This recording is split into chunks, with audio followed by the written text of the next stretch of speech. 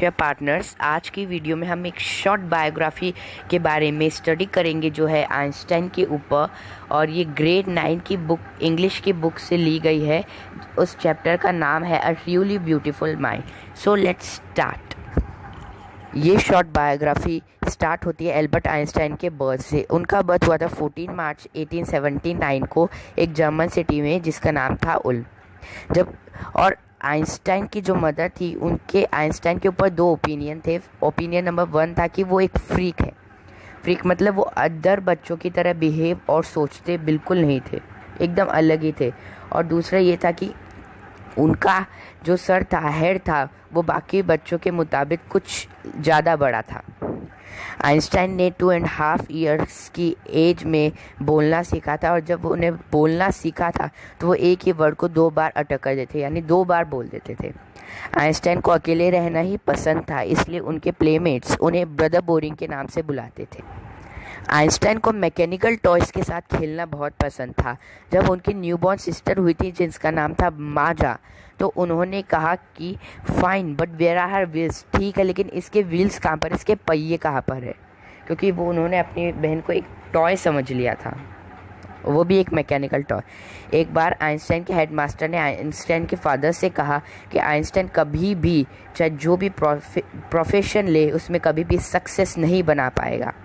इसलिए ही उन्हीं की मदर ने उन्हें वायलिन बजाने के लिए प्रपोज किया, और आइंस्टाइन 6 ईयर्स की एज में वायलिन बजाना सीख रहे थे। उनकी मदर ने उनको काफ़ी सपोर्ट करा। उसके बाद आइंस्टाइन एक एमेच्योर वायलिनिस्ट बन गए। मतलब वो एक प्रोफेशनल वायलिनिस्ट नहीं बने, बस अपने पर्सनल एंजॉयमेंट के लिए वायलिनिस्ट बने, और ये स्किल वो अपनी पूरी लाइफ में मेंटेन करना चाहते थे।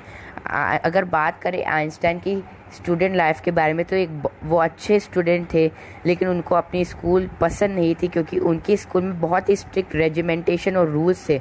मतलब बहुत स्ट्रिक्ट डिसिप्लिन थे, बहुत स्ट्रिक्ट रूल्स थे। इसलिए वो कभी कभार अपनी टीचर्स से भी लड़ पड़ते थे, और इसलिए उन्होंने 15 ईयर्स के एज में स्कूल में एकदम सफोकेटेड फील करके स्कूल को छोड़ दिया।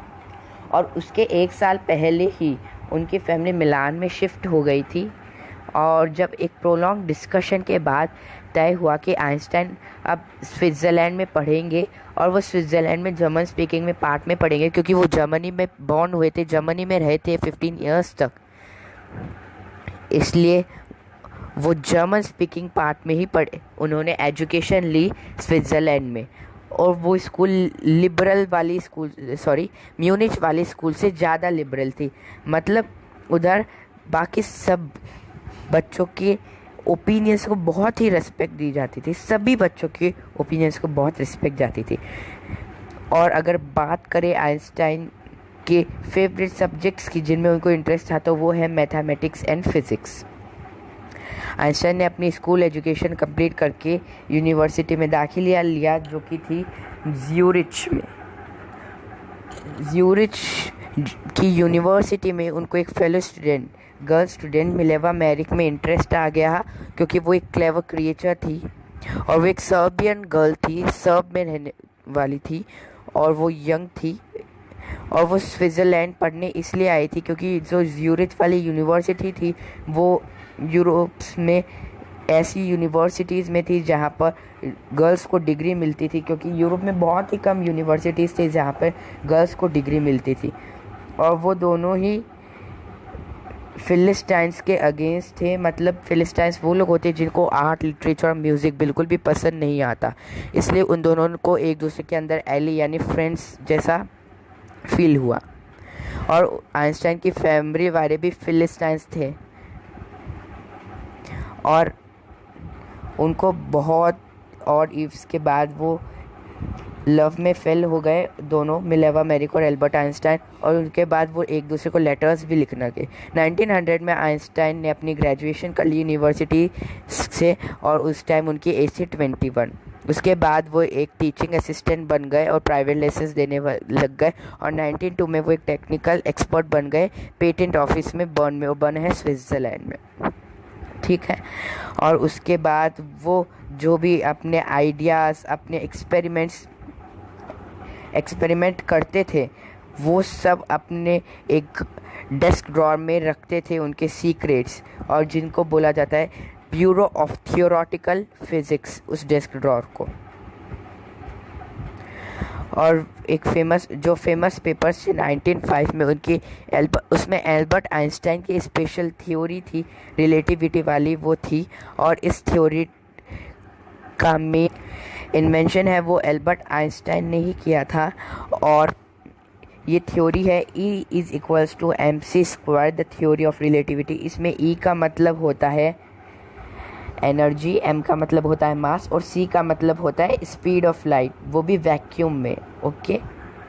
और जब आइंस्टाइन फिजिक्स की सबसे हार्ड प्रॉब्लम्स को सॉल्यूट कर रहे थे, उनके सॉल्यूशन निकाल रहे थे, तब उनकी लाइफ अनरेवल हो रही थी, मतलब फेल टाइप में हो रही थी, क्योंकि एल्बर्ट आइंस्टाइन मिलेवा से मैरी करना चाहते थे, शादी करना चाहते थे, लेकिन उनके मदर ने मना कर दिया, क्योंकि मिलेवा उनसे 30 साल बड़ी थी और वो भी आइंस्टाइन की तरह एक इंटेलिजेंट ह्यूमन थी। लेकिन फिर भी अपनी मदर के मना करने के बावजूद आइंस्टाइन ने मैरी कर ली मिलेवा मैरिक से 1903 में जनवरी में। उन कपल के 2 बच्चे हुए, दोनों मेल थे, सन थे। और मैरिज के थोड़े ईयर्स बाद वो मैरिज वीक होने लग गई धीरे धीरे, क्योंकि मिलेवा थी वो अपनी इंटेलिजेंस को धीरे धीरे खो बैठ रही थी और वो एक अनहैप्पी हाउसवाइफ बनने लगी। उसके बाद कांस्टेंट फाइटिंग के बाद 1919 में उन दोनों ने डिवोर्स कर दिया और आइंस्टाइन ने उसी ईयर में अपनी कज़िन एल्जा से मैरी कर ली। और आइंस्टाइन की नया प्रपोजल था थ्योरी ऑफ रिलेटिविटी का 1919 में, जो इस टाइम उनकी general theory of relativity publish हुई थी। उसी ईयर 1919 में एक एक्लिप्स, सोलर एक्लिप्स भी हो रहा था, जिसमें उनकी थ्योरी ऑफ रिलेटिविटी प्रूव भी हो गई थी और एकदम एक्यूरेट प्रूव हुई थी। आइंस्टाइन ने इसका पहले से ही एकदम एक्यूरेट और एडवांस में कैलकुलेशन करके रखा था, क्योंकि इसमें था कि the fixed stars would be deflected through the sun's gravitational field. और ये न्यूज़पेपर वाले थे, उन्होंने इसको एक साइंटिफिक रिवॉल्यूशन बताया। 1921 में आइंस्टाइन को नोबेल प्राइज़ मिला था फिज़िक्स के लिए। उसके बाद 1933 में जर्मनी में नेजीज पावर में आ गए थे, हिटलर का रूल आ गया था, इसलिए आइंस्टाइन इमाइग्रेट कर लिए थे यूनाइटेड स्टेट्स की तरफ, क्योंकि जो हिटलर था वो जर्मनी के सारे ज्यूरिच पीपल को मारना चाहता था, और आइंस्टाइन भी एक ज्यूइश था, इसलिए उन्होंने डर के कारण यूनाइटेड स्टेट्स की तरफ इमाइग्रेट कर लिया था। और उसी तरफ दूसरी तरफ नाजीज थे, वो उन नाजीज ने एटॉमिक बॉम्ब भी डेवलप कर लिया।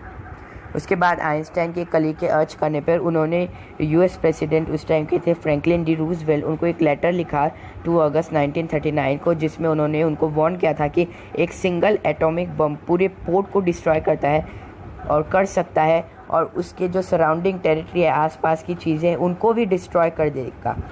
इसलिए इसका लेटर का यूएस प्रेसिडेंट पे बहुत बड़ा इम्पैक्ट पड़ा, और यूएस यानी अमेरिकन्स ने भी अपने एक सीक्रेट मिशन के अंदर एटॉमिक बॉम्ब डेवलप कर लिया, और वो 1945 में जापानीज सिटीज़ हिरोशिमा और नागासाकी पे ड्रॉप भी कर दिया है, जिन बॉम्ब्स का नाम था little boy and fat man. उस टाइम वर्ल्ड वॉर सेकेंड भी चल रही थी और जापान और अमेरिका एक दूसरे के दुश्मन थे उस टाइम। आइंस्टाइन इस एटॉमिक बॉम्ब के धमाके से, जो कि जापानी सिटीज़ में हुआ था, बहुत ही डीपली शेकन हुए थे और उनको बहुत दुख हुआ। उनको एक बहुत ही बड़ा झटका लगा था इस डिस्ट्रक्शन से जो एटॉमिक बॉम्ब के द्वारा हुआ था।